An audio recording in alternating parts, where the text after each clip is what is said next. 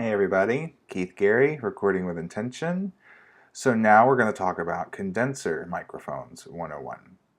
So condenser microphones are like high-res cameras. They're ultra detailed and very sensitive. So they're going to capture a lot of noise that dynamics wouldn't get. This is why you have to be careful with air conditioners and any sort of electronic buzzes or fans or anything. Condensers will pick that stuff up where dynamics maybe wouldn't. They're not as sensitive. So sometimes it's a good thing to have all that detail, right? Like a really close, intimate vocal, you get all of that breathy detail. Um, so just think of them like really high-res, very detailed cameras, a very clear, crystal clear image of the sound. Now, the size of the diaphragm matters. There's small diaphragm condensers and there's large diaphragm condensers. So small diaphragms have less mass. They're smaller. So the smaller the capsule, the more freely it can move, the more quickly it will respond to the sound waves hitting the capsule. So that means it's more sensitive to high end. Okay, so it's really going to get that really detailed high end image. So anything that's a soft, quiet source with high end, with delicate high end, think lightly strumming an acoustic guitar, cymbals with brushes, these very soft kind of sounds that you want all that detail.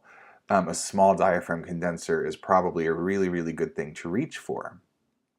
Large diaphragm condensers have a larger diaphragm, so they don't move quite as quickly. They don't respond to the high end. They still give a really clear image, but they won't be as responsive as the small diaphragm just because they're heavier. What they do give you is it's like a bigger net to catch the fish. So you get a bigger sound. You get that larger than life sound.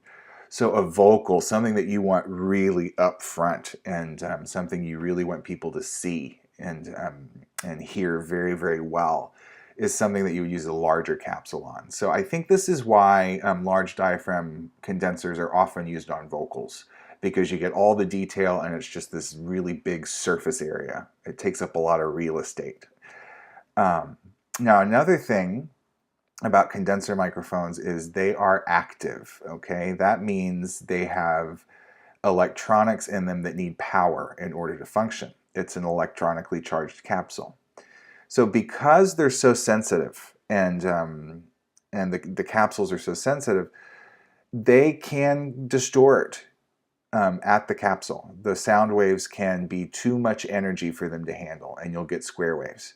So whereas a dynamic mic won't overload on a screaming guitar cabinet or a drum, a condenser very well might, and you'll get distortion on your signal without seeing a red light, and it's recorded forever that way. You can't undo cap distortion. So be wary of that.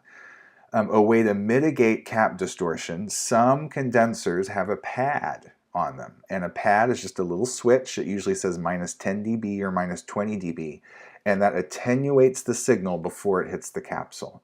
So if you have a really loud source and you still want the high-end detail and you want to use a condenser, make sure you put the pad on, and that will prevent cap distortion. Be aware of it. Always be thinking of, do I need the pad in or do I not? Because it can really save you if you're recording a loud source. A microphone like an AKG 414 is meant to be a studio workhorse. It's meant to be able to pick up anything.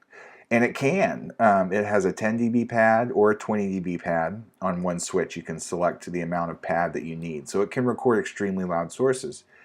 It also has a roll-off to mitigate proximity effect. So you can tame the low end when you get close to something. It also has switchable pickup patterns. So it can go between cardioid, wide cardioid, hypercardioid, omni, and bidirectional. So what else could you ask for in a microphone, right? You can record soft stuff with it, you can record loud stuff with it, you can record in any pickup pattern, and you can mitigate proximity effect if you want to roll off the low end. So an AKG 414 or similar make, the Audio-Technica makes one too, multi-pattern medium diaphragm size condenser.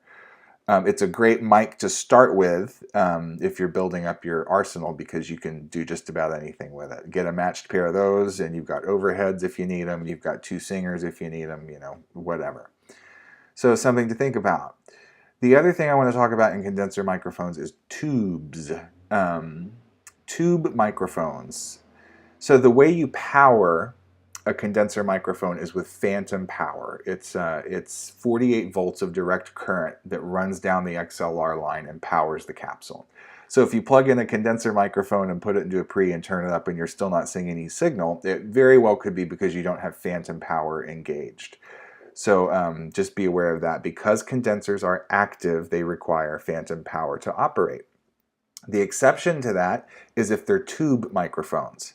In that case, they will have an external power supply with a specialized cable that goes from the power supply to the microphone because they connect to tubes, little glass tubes inside the mic.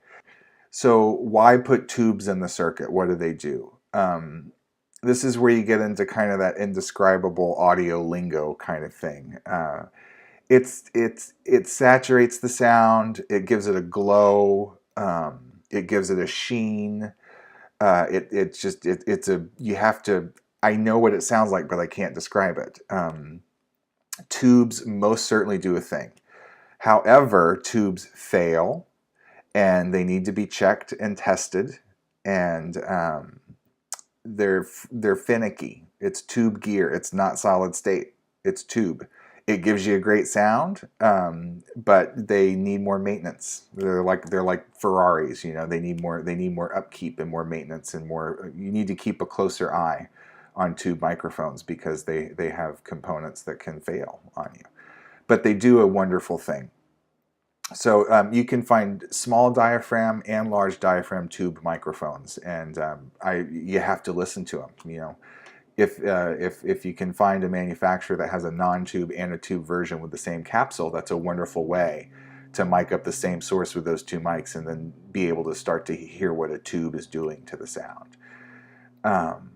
My favorite mic in the world is a Neumann KM56. It's a small diaphragm pencil condenser with nickel capsules. So nickel is a lighter weight capsule, and it's ultra responsive to high end. It's an incredibly detailed sound. And there's a tube in the circuit in the KM56, and it goes between bidirectional omni and cardioid. So it's a small mic that you can put anywhere you want, any pickup pattern you want, and it has a beautiful high-end response, a crystal clear image with the glow of a tube. And they fetch $10,000 to $15,000 on eBay. So I'm looking for the right manufacturer to make a KM56 replica. That would make me really, really happy. But so that's my spiel on condenser microphones. Really great on low-level detail sources, high-res camera, crystal clear image. Try them, A/B them, see how they work for you. All right, Keith Gary, recording with intention. I'll be back soon. Thanks.